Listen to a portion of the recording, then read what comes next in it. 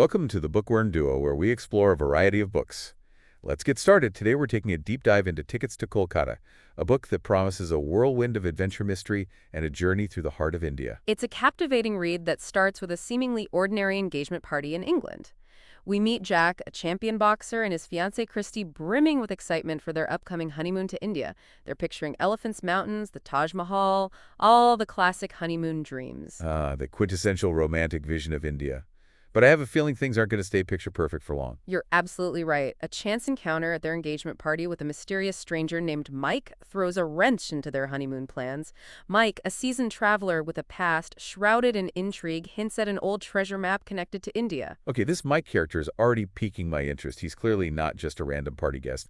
What kind of hints does he drop about this treasure map? He's quite cryptic at first, spinning tales of his past adventures in India. He mentions the Sikh separatist movement, Indira Gandhi's assassination, and the echoes of British colonialism weaving a tapestry of history and intrigue. So he's not just dangling the promise of treasure, he's giving them a glimpse into the complex realities of India. I bet that clashes with their romanticized vision. Precisely, Mike's stories introduce a sense of danger and uncertainty, foreshadowing the challenges that await Jack and Christie in India. So they set sail on this luxurious cruise ship, the Victoria, heading for Kolkata, the first stop on their adventure. Yes, and on board they encounter a cast of intriguing characters, including the enigmatic Mrs. Thornton.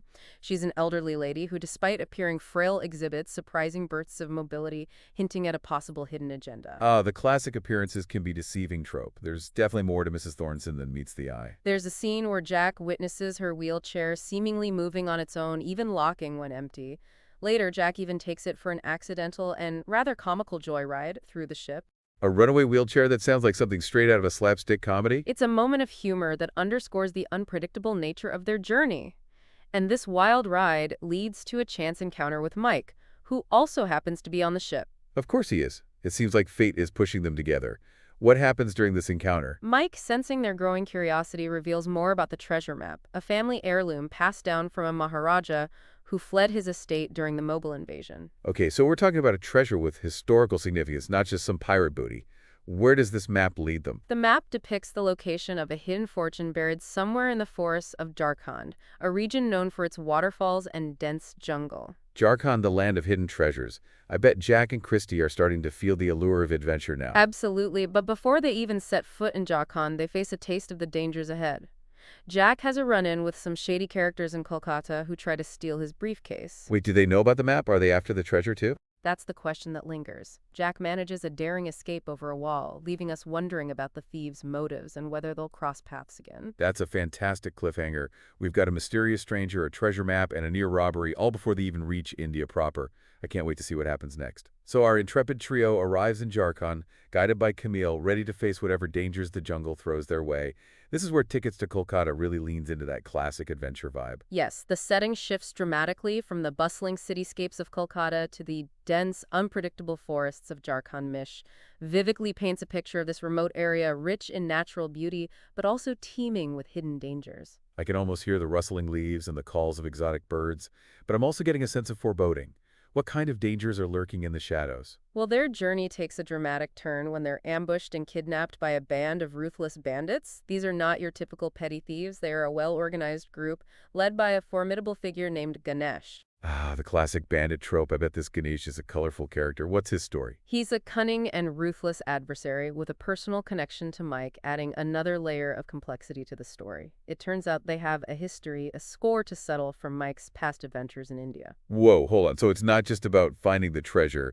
It's about Mike confronting his past demons. This is getting interesting. It's a brilliant twist that adds a personal dimension to the conflict. Mike's quest becomes intertwined with his past, his actions now driven by a need for redemption, or perhaps even revenge. So they're captured by these bandits. What happens next? Are they held for ransom?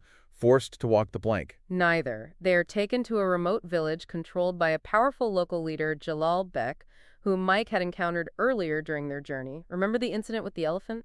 Yes, the one where Mike noticed Ganesh hiding something under the elephant's neck. Wait a minute, are you telling me Jalal Bek is involved with these bandits?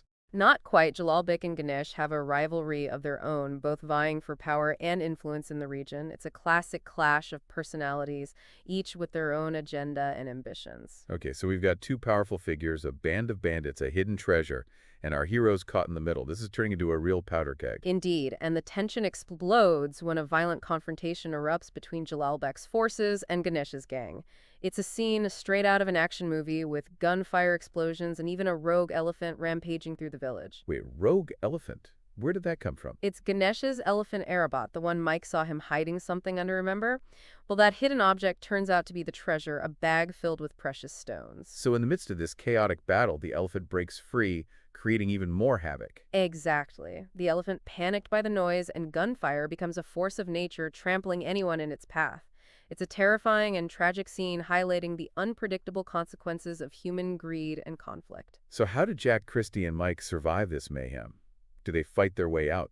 In a stroke of luck, they managed to slip away unnoticed during the chaos.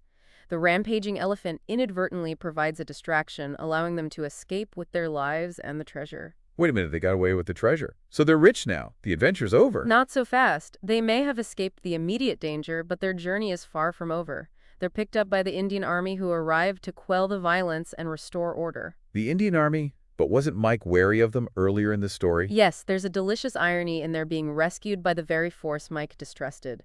It highlights the unpredictable nature of their adventure, how things rarely go according to plan, especially in a place as complex as India. Okay, so they're safe for now.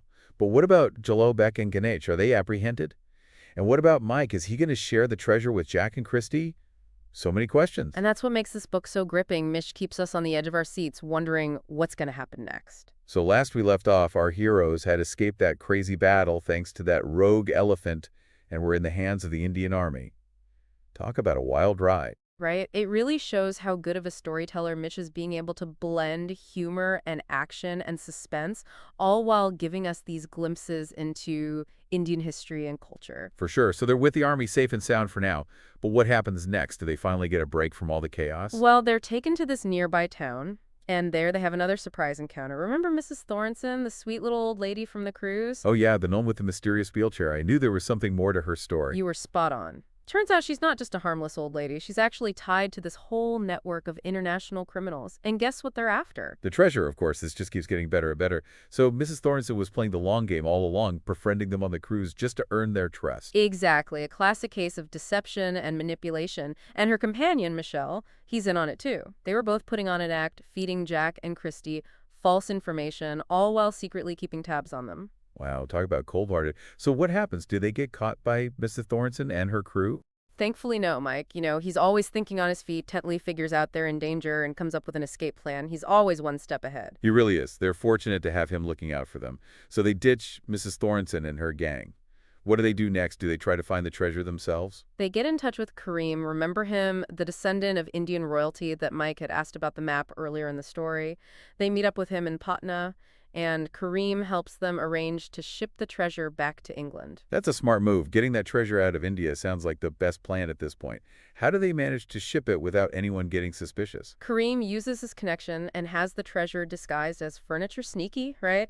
And then they ship it out in a container. It's a pretty clever trick that lets them get the treasure out of the country without anyone noticing. So the treasure's on its way back to England. What about Mike? Does he go back with Jack and Christie? This is where things get a little bittersweet. Mike decides to stay in India. He mentions some unfinished business and this desire to see more of the country on his own terms.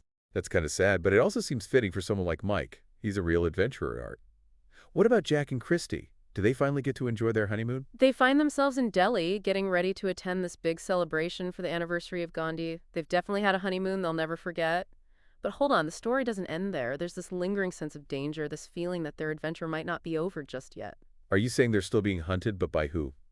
We're left hanging. Mitch doesn't tell us exactly who's still after them. Could be the rest of Ganesh's gang looking for payback. Or maybe Mrs. Thornson's network is still determined to get their hands on that treasure. Mish leaves us with those questions and lets our imaginations run wild. What a fantastic ending. It really makes you crave more. Tickets to Kolkata has been a wild ride from start to finish, full of unexpected twists, exciting escapes, and a deep dive into the heart of India. Couldn't have said it better myself. It's one of those books that sticks with you long after you've turned the last page.